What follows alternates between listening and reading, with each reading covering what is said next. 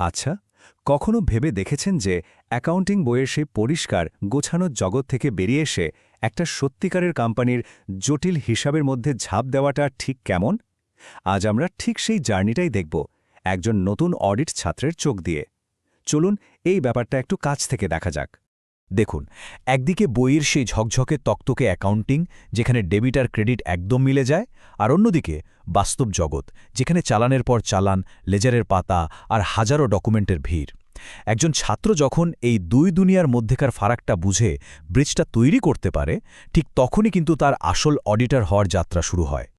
ধরুন, একজন নতুন অডিটরের সামনে একটা ফিনান্সিয়াল স্টেটমেন্ট রাখা হলো। সেখানে বিশাল বিশাল সব সংখ্যা। তার কাজটা কি? কাজটা হলো এই সংখ্যাগুলো আদৌ সত্যি কিনা তা খুঁজে বের করা। আর ঠিক এখানেই কিন্তু একজন অডিটরের আসল পরীক্ষাটা শুরু হয়। যেমন ধরুন, ব্যালেন্স শিটের একটা মাত্র সংখ্যাকে আমরা বেছে নিলাম, ইনভেন্টরি, 1,05,00,000 টাকা। বাহ, দেখতে তো খুব সাধারণ একটা সংখ্যা মনে হচ্ছে, তাই না? কিন্তু এর পেছনে যে কত শত কেনা বেচার বিল, গোদামের হিসাব, আরও কত কি লুকিয়ে আছে, তার ইয়ত্তা নেই। তাহলে আসল প্রশ্নটা কি দাঁড়াচ্ছে? এই যে এত বড় একটা অঙ্ক, এটা কি আসলেই ঠিক? আমরা কিভাবে নিশ্চিত হব যে এই সংখ্যাটা বানানো নয়? এই প্রশ্নগুলোই কিন্তু আমাদের তদন্তের পরের ধাপে নিয়ে যাচ্ছে। একজন অডিটরের কাজটা কিন্তু অনেকটা গোয়েন্দার মতো, জানেন? তাকে একদম শেষ থেকে শুরু করতে হয়, মানে ফাইনাল রিপোর্ট থেকে। তারপর পেছনের দিকে হেঁটে হেঁটে প্রতিটি সংখ্যার উৎস পর্যন্ত পৌঁছাতে হয়। সাধারণত আমরা কি জানি? হিসাব শুরু হয় একদম গোড়া থেকে, মানে উৎস দলিল বা ভাউচার থেকে, আর শেষ হয় ফাইন্যান্সিয়াল স্টেটমেন্টে। কিন্তু একজন অডিটরের জন্য গল্পটা ঠিক উল্টো। তাকে ফাইনাল সংখ্যাটা ধরে পেছনের দিকে যেতে হয়। ফাইন্যান্সিয়াল স্টেটমেন্ট থেকে ট্রায়াল ব্যালেন্স, সেখান থেকে লেজার, তারপর জার্নাল, আর সব শেষে একদম সেই মূল চালানে গিয়ে থামতে হয়। এভাবেই একটা সংখ্যার পুরো জীবনচক্র যাচাই করা হয়। সোজা কথায় বলতে গেলে, এই যে এত বড় একটা ফিনান্সিয়াল স্টেটমেন্ট, এর পুরো ভিত্তিটাই কিন্তু দাঁড়িয়ে আছে ছোট ছোট যাচাইযোগ্য লেনদেনের উপর। প্রত্যেকটা বড় সংখ্যার পেছনে আসলে এরকম হাজার হাজার ছোট ছোট গল্প থাকে। কিন্তু অডিটিং মানে কি শুধু যোগ বিয়োগ মেলানো? একদমই না। এর পেছনের উদ্দেশ্যটা আরও অনেক গভীর। এর আসল কাজ হলো একটা কোম্পানির আর্থিক স্বাস্থ্যের একটা নির্ভরযোগ্য চিত্র তুলে ধরা। শুধু সংখ্যা নয়, একজন অডিটর আরও অনেক কিছু দেখেন।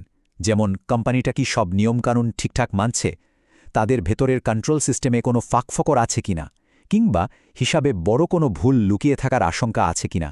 মানে এটা একটা 360 ডিগ্রি অ্যানালাইসিস। আর এখানেই মূল কথাটা চলে আসে। যখন একজন অডিটর শুধু একটা সংখ্যাকে দেখেন না, বরং পুরো অ্যাকাউন্টিং সিস্টেমটা কিভাবে কাজ করছে সেটা বোঝেন, তখনই তার পর্যবেক্ষণ বা ফাইন্ডিংগুলো সত্যিকারের শক্তিশালী হয়ে ওঠে। এই যে এত কিছু করা হলো, এই পুরো তদন্তের শেষ লক্ষ্যটা কিন্তু শুধু ভুল খুঁজে বের করা নয়, বরং ক্লায়েন্টকে এমন কিছু দেওয়া যা সত্যিই মূল্যবান। কি সেটা? চলুন দেখা যাক।